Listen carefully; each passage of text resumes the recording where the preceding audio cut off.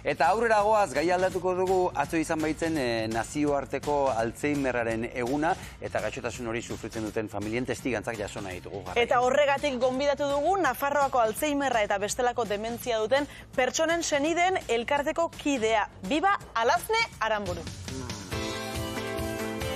Kaixo, Alazne. Kaixo, Alazne. Arratsaldeon. Arratsaldeon, Alazne. Afan elkartea, zenbat urte dara mazazuzuk bertan? 2 urte terdi, 2023ko urtarrilean urbildu nintzen. Zuen kasuan okerrezpa gaude, zuen ama da, Alzheimerra duena ez da. Nolakoa da, zuen egunerokoa amarekin, nola dara mazue? Bueno, nire amaren kasuan, Alzheimerraren izen honen azpian, azkenean, hainbat pertsona, hainbat kasu daude. Eta gure kasuan, nire amaren kasuan, ez dauka memoriarikan. Hau da, nire amarekin hitz egiten danean, normal hitz egiten du, baina informazio hori gero ez du gordetzen. Hori da nire amaren egoera. Orduan, normalean, berarekin zaudenean etzea ezertaso hartzen, baina gero hori ez du gordetzen. Eta egunerokotasuna amarekin, rutina bat eramaten dugu, eta goizero joten da eguneko zentrora, han pasatzen du eguna, arratsaldeko 4:00 aldean joten naiz bere bila, bueltatxo bat ematen dugu, kafesne bat, eta kartetan pitxin bat jarduten geha, pasiatu pixkat, eguraldiak eusten badigu, eta gero etxera. Eta etxean, afaria, eta... Eta noiz nabaritu zenioten zerbait bazela? Begira, ama lagunduta urte asko zenbazkin bakarrikan bizitzen, zarautzen, eta duela 8 urte, nire anaia, nire anaizarrena Mikel joaten zan berarekin bazkaltzera egunero etxera, eta pixkat amartaz arduratzen zan, ez?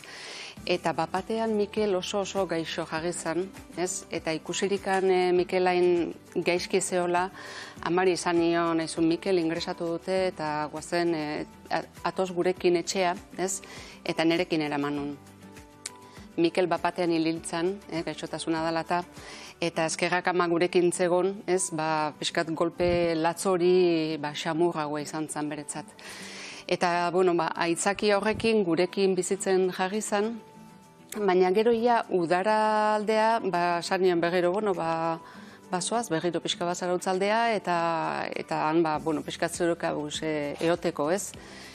Eta egun batean, bankuko kudeatzaileak deitu zidan, esanaz ama ari zala egunero diru kopuru handiak ateratzen bankutikan. Konfiantza handia geneukan, deitu zian, da hori esan zian, eta ia bihotzakoak eman zian, aberzartan ote zebilen amakuk ez genion olako ikan ez nabaritzen. Eta hori esan zianean, amai ditu nion, desan nion, ama bankutikan diru ateatzen naizea. Eta esan zian, nahi diru atxean ekuitzea gustatzen zait. Baina etzan kostiente egunero joaten ari zala. Hori izan zen pixka bat alarma guretzako eta kontuatzeko, zerbait bazela. Zerbait ari da gertatzen, ez? Etzan gogoratzen zenbat egunetan izan zen bankun, ez? Eta esan diguzu, zuen amaren kasuan berak informaziorik ez duela gordetzen, ez da? Egunero zer da? Zerotik astea bezala, egunero amarekin hartzen duzun kafe hori zer da? Zerotik astea bezala egunero? Egunero ez. Nire amak informazio ez du gordetzen ez da 3 segundu. Orduan, eguneroko bizitzan, berarekin zaude, afaltzen dezu, buelta ematen dezu, eta igual, eginez guretzako afaria prestatzen, eta bera prest dago afaltzen hasteko. Ez dago goratzen afaldu duenikan. Eta iraganeko eroitzapenak ere zabatu zaizkio? Ez. Ez. Oiek ez. Oiek ez. Eta gainera, karokunan fagon bizigea, eta han jende guztiari euskeraz hitz egiten dio. Han berak eguneko zentuan adibidez, jendeak ez du euskeraz hitz egiten, baina bere jatogira itzultzen da. Eta han kalean gabiltzanean esaten ditizu, itxaso alde horta aldao, eta tren geltoki alde horta, eta berak bere gazteko garaioiek oso presente ditu. Baina momentuko informazioa da gordetzen ez duena. Ze erraminta eman dizkizu elkarteak? Elkarteak gauza asko eman dizkit, baina tresnakola formakuntza, formakuntza jaso dugu eta askotan egoera ezberdin askotan asmo honakin jokatzen dut baina ez dakizu ondo egiten aizean, ez? Eta orduan egoera ezberdin horiei aurre nola egin erraminta horiek dian niretzako garrantzitsuenak, ez? Bai, ze askotan agian ulertzen ez dezuna onartzea ez da erresa izango, ez?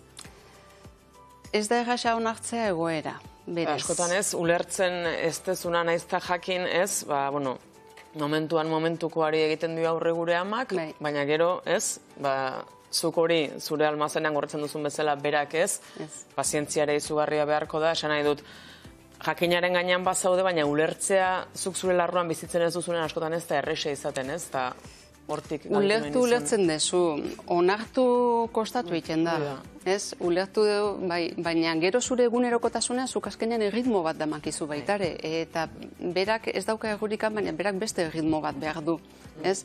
Eta orduan, egoera horiei aurre nola egin, ez da errasa, ez? Eta guk ere, gure egunak ditugu.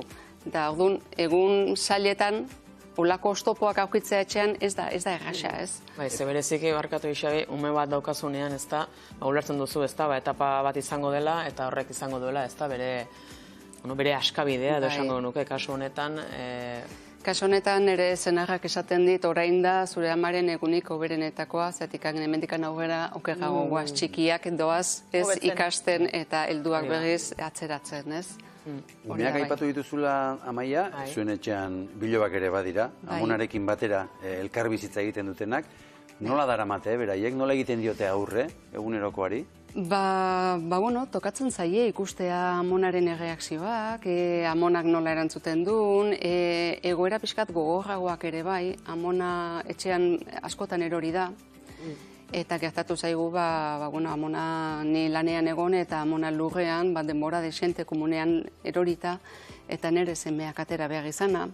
Edo nire alabake amona erori eta berak larri aldietaren berak eraman behar izatea, nerabeak dira, baina tokatzen zaie txikiak ere amonari ohera joateko prestatzen, afari ematen, tokatzen zaie egunerokotasunean naturaltasunarekin.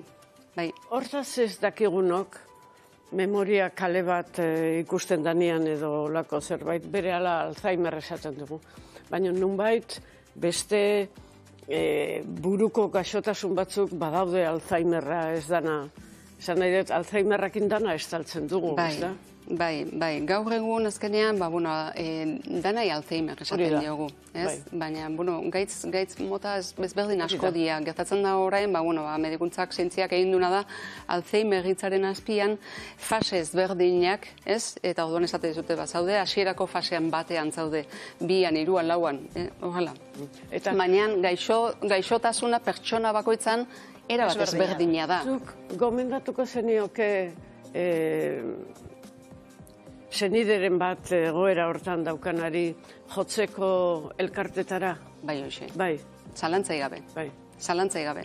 Zatik, etxean horrekin bizi zarenean gogorra da. Gogorra da, bai. Oso gogorra da. Eta beti esaten dezute, zaintzailea zaindu egin behar da. Eta esaten dezuta nola gaio zaintzen da zaintzailea. Zaintzaileak dauka beste 1000 ardura ditu, ez? Eta ordua zuk ikusten dezunean, egoera zaila dela zeuk pazientzia gatzen dezu, ez? Eta konturatzen zea oso kostientezea berak ez duela errulikan, ez? Baina zuk ere muga batzu dituzu, ez? Eta orduan elkartean ematen dizkitzute tresna pila bat, ez? Eta babesa handia. Gainera edozein gaixotasuna duenak, edo zein, birika, edo sabela nahi dezuna, da, persona bera gaixotasun batekin. Baina kasu horretan ez da persona bera. Da beste norbait. Bai, segun zer nola jotzen dizun gaixotasunak oso egoera ezberdinak ematen dira, ez? Batzuk ez dute familiartekoa ezagutzen, ez? Ez da nire kasua, ez? Baina nik adibidez nire amarekin ezin dute elkarrizketa normal bat izan. Hau da, galdetzen barin zemoz joan da eguna, eta nik asaltzen diot, ez?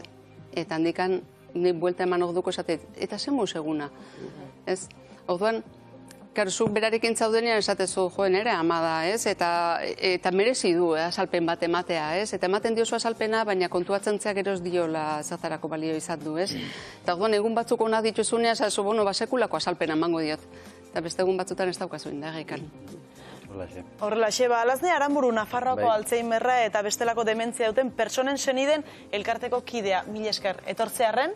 Gauzatxu txiki bat, amaitzeko esan? Bai, elkartetikan pixka bat saiatzen dira laguntza, mota askotatako laguntza ematen digute, baina bai, jendeari, gizarteari ezagutarazten zer dan gaixotasuna. Eta edozein gauza txiki nabaritzen barimadio gure zenitartekoai oso garrantzitsua da askar mugitzea. Adibidez, gure kasuan gujun ginen notarioren gana eta neramak botere bat eman zigun seme alabei. Olako gauza horiek oso garrantzitsua dira. Orduan, edozein gauza nabaritu ezkio mesedez gutxienez dei bat egin. Zatikan garrantzitsua da olako pausuak pertsona horrendikan ondo dagonean egitea. Zatikan gero ja gaitza aurra di joan einean ez da posible hori egitea. Eta hori edo azken borondateak edo horrelako gauzak oso garrantzitsua dira. Medikoaren gana jun eta laguntza eskatu. Zatikan badaude botikak lagundu dezaketenak pixka bat gelditzen. Moteldu, bai. Baina mesedez hori konturatu gauza serioa dela eta ez bakarrikan pertsona helduekin. Elkartean baditugu oso jende gaztea.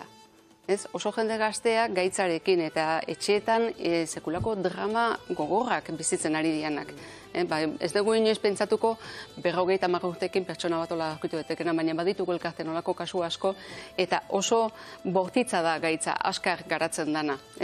Eta sekulako egoera zailak sortatzen dira. Orduan, elkarteek egiten duten lan hori ikaragarria da eta edozeinek hurbildu daiteke eta mesedez eskatu laguntza, zetikan bakarrik eramatea ez da batera erraza. Alazne, eskerrik asko benetan.